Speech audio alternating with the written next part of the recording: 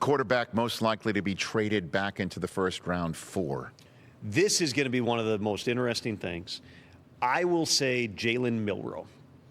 Even though everybody keeps saying this is a long shot, and Alabama fans, every time I tweet about Jalen Milroe, there's all these Alabama fans saying, what in the world are you talking about?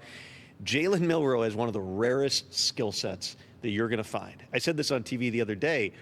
I've had several people, not one, several NFL coaches and executives say that's the best running back we've ever evaluated at the college level. Is Jalen better than Lamar? Running back? Best running quarterback. Running quarterback. Okay. Running quarterback. Okay. He would be a first or second round running back if he chose to play that position. Excuse me, though. Best running quarterback they've ever evaluated. Better than Lamar, better than Mike Vick. Okay? And you can quibble with that. You can go back to the numbers. But Jalen Milroe is a special player, and look how big he is, too, running at that level. There's going to be obvious comps to, guys like Jalen Hurts and Lamar, who they came in, they had to learn, and so you figured out, can we use them in packages early on? They need to improve as passers. And to their credit, just like Josh Allen, these are big physical athletes who had big arms but needed to get better. I think that if you were ranking their arms there, Allen's clearly above Jackson, who's above Hurts. But Jalen Milroe has an absolute hose.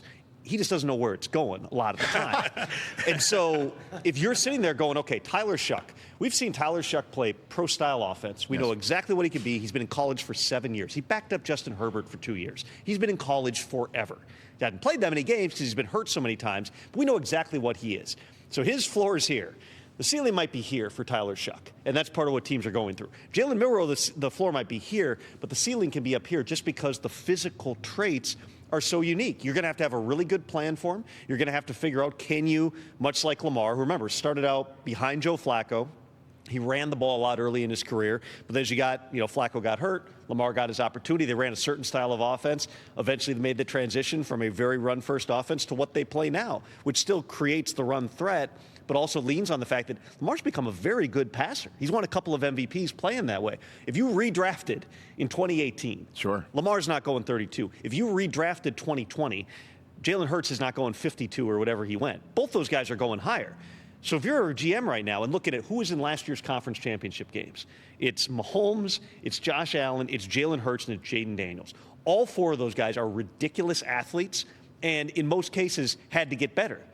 Patrick Mahomes sat his first year while honing all those different techniques. And I think Cam Ward is the much closer comp to Patrick Mahomes. But the point is, these are guys who have rare physical skill sets. Jalen Milroe has a rare physical skill set. Do you have the guts, we'll use that word, to come up and just go, you know what, we can make this work. We're going to build this guy. We trust our coaches to get the most out of him. I think Milroe is one of the most fascinating players in this draft. Wow. So then we'll finish with a what's more likely.